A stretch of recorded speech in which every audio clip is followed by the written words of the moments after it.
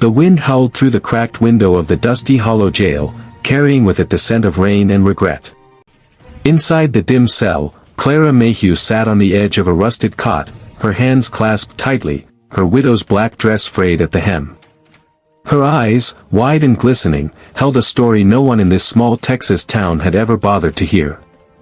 She was the virgin widow, a name whispered with pity and suspicion, a woman who'd buried her betrothed before their wedding day and never quite escaped the shadow of that loss. Across from her, Sheriff Amos Reed leaned against the bars, his weathered Stetson tilted back, revealing a face carved by years of upholding law in a place where justice often felt like chasing dust.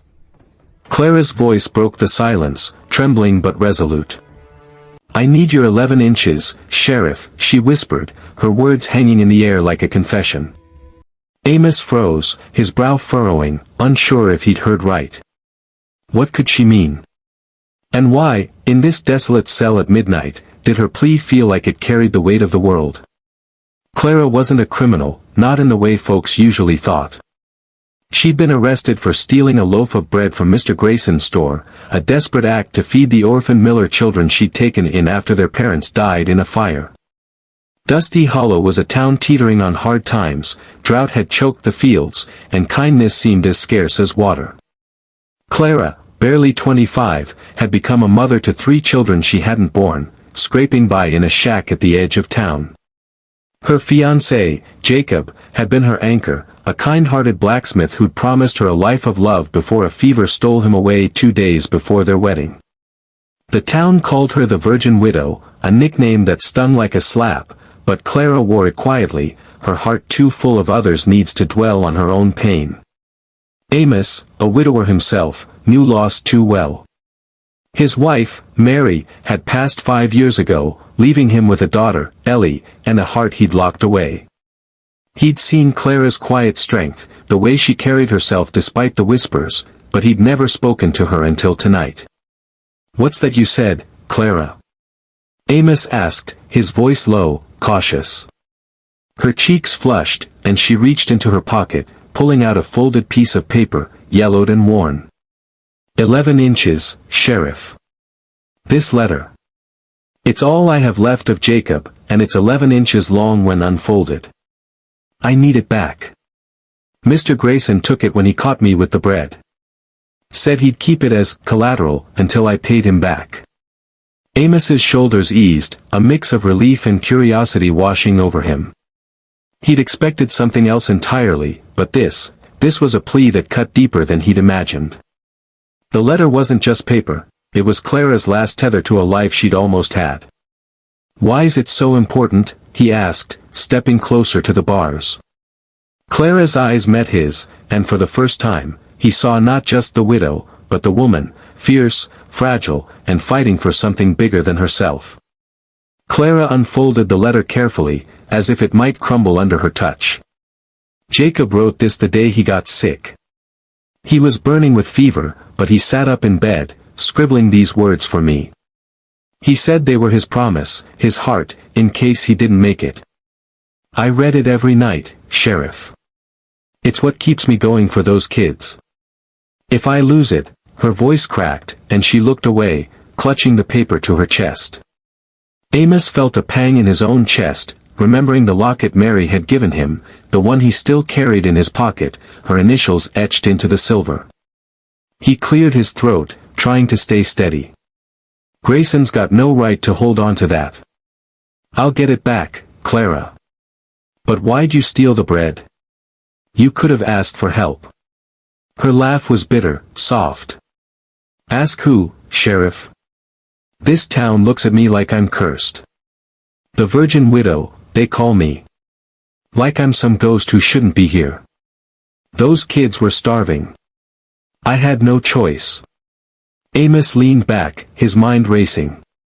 He'd always prided himself on being fair, but Dusty Hollow's troubles ran deeper than he'd realized. The drought had hardened hearts, turned neighbors into strangers. He'd seen it in the way folks hoarded what little they had, in the way they looked past Clara and the Miller children as if their hunger was someone else's problem. But Clara hadn't looked away. She'd taken those children in, given them a home when no one else would. And now, here she was, locked up for trying to keep them fed. "Stay here," he said, though the words felt foolish, she had nowhere else to go. He grabbed his coat and headed for the door, the weight of her words settling into him like a stone. He'd get that letter back, but something told him this night was about more than a piece of paper. Mr. Grayson's store was dark when Amos arrived, the sign flipped to "closed."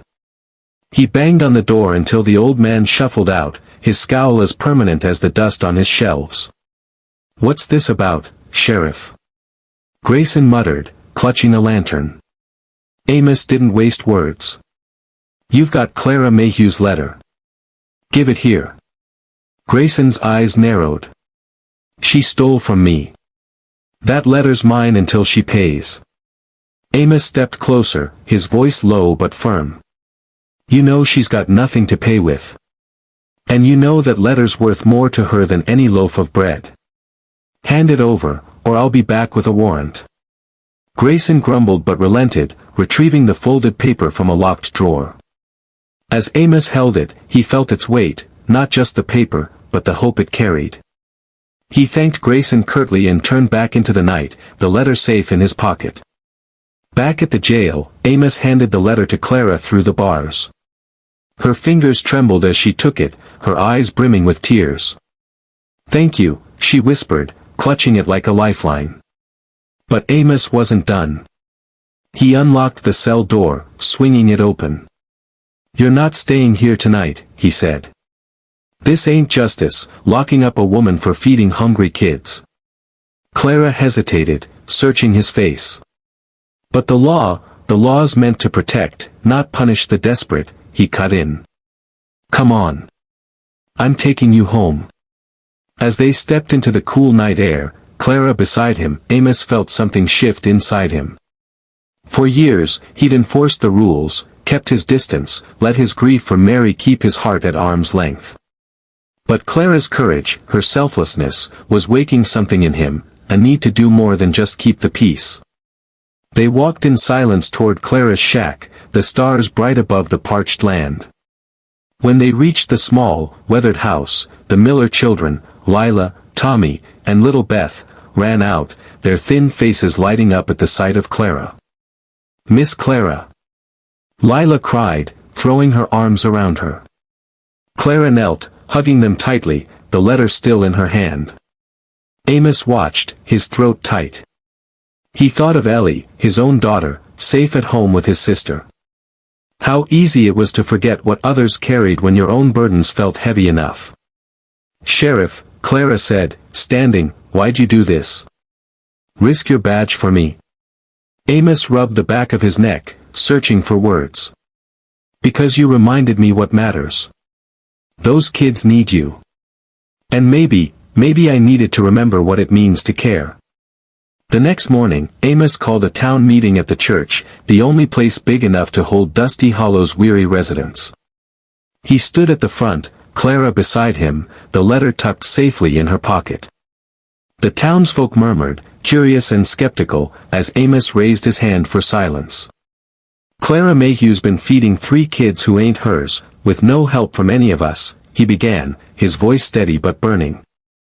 "She stole a loaf of bread because we let her down. We let those kids down. This town's been through hell, but that don't mean we stop being human." He pulled out his locket, holding it up so the light caught Mary's initials. "My wife used to say kindness is what keeps us alive. I forgot that for a while. But Clara didn't. She's been carrying more than most of us ever will, and she's still giving." The room grew quiet, the weight of his words settling over the crowd. Clara stepped forward, her voice soft but clear. "I don't want pity.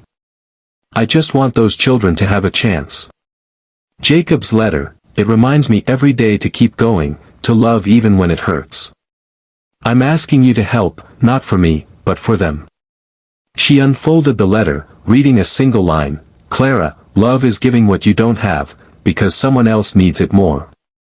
The words hung in the air, and Amos saw tears in the eyes of folks who'd never shed them before. Then, old Mrs. Carter stood, her voice shaky.